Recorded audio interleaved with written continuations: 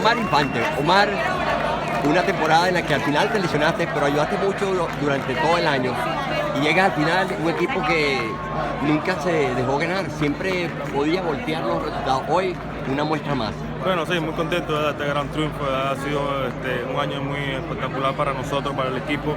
Un equipo donde siempre ha estado muy buena energía, nunca se ha rendido jugando la pelota. Verdad que ha sido la temporada del sueño. Verdad que estamos muy contentos y gracias a Dios todo nos salió bien. El trabajo de Enzo Volqué, que venía del entierro de su padre hace pocos días.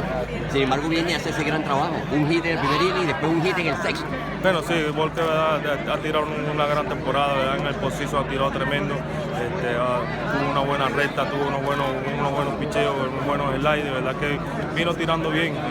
Me hicieron 2 carreras, pero mantuvo el juego ahí cerrado, que eso es lo que se esperaba de él. Y vimos el noveno inning que llegan con desventaja 2-0, sin embargo no se rindieron e hicieron las cositas pequeñas, un giro aquí, uno más allá, un goletazo y se empató el juego. Eso es lo que ha tenido siempre Kansas City, verdad que nunca nos rendimos, por eso estamos donde estamos, por eso llegamos a la Serie Mundial, porque nunca nos rendimos, incluso con 2 carreras de ventaja, verdad, siempre nos mantuvimos positivos, siempre nos mantenimos con ganas de ganar el juego.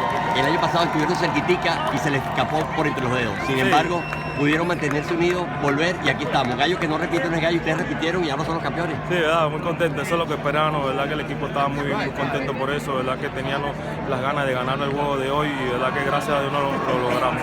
Ok, saludos a Omar Infante, mucha suerte.